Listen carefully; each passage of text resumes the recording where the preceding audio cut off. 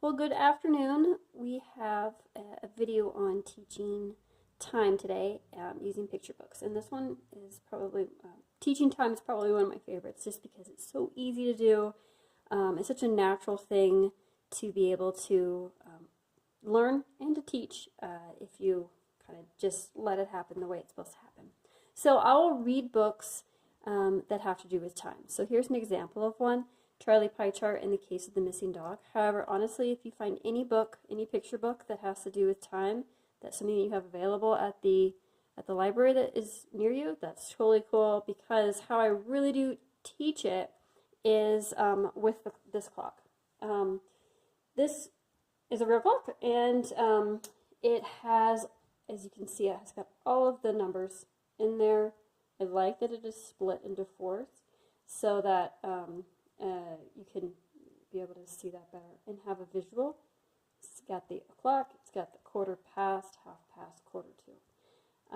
On these it's written the hour hand and the minute hand, and obviously this one's going so fast that you could just hopefully remember that's the second hand. So what I do with this is I have this in a place that is eye level to the age of the child.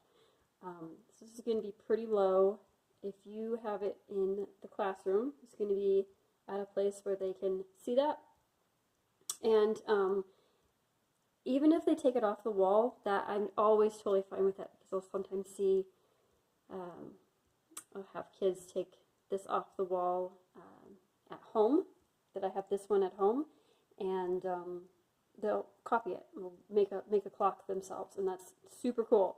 So in the classroom, don't worry if they're taking it off the wall. What's the worst that can happen? So have that in the classroom, or if you have it at home, at home, what I would recommend is having this in your living room. Don't tuck it away into the playroom or their room. I would have it in the room that you also have a clock. If you have an adult clock, the clock that you use in the living room, or wherever you have that, I guess, in your house, I would also have this one in the same room. That shows the child that this is just as important. This is the same thing. It's in the same room, and that you value it as their own in the space that we all use. So hopefully this doesn't clash too much with your decor, but that would be best if it can be in the same area, just at eye level.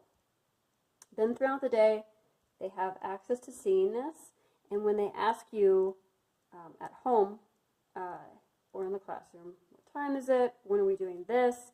You just direct them to this clock. You know, we're going to be doing that in an hour, or we're going to be doing that in 45 minutes. You know, go ahead and check that out on the clock. Or what time is it right now? You direct them to the clock. So, and you know, oh, that'd be awesome if you could go and you can tell me what time it is and come back and let me know. Or even just asking them what, hey, you know, what time is it? Can you go check the clock and come back and tell me what time it is? So that I know, yada, yada, yada, it doesn't matter. Or even if you have this at home or in the classroom, I guess it works either way. This is the same type of thing, but we are going to be going somewhere at 2 o'clock. You can keep track of that with a clock. Or, you know, we're going to be switching to something else in the classroom at, you know, 11:15. So you can keep track of that on the clock.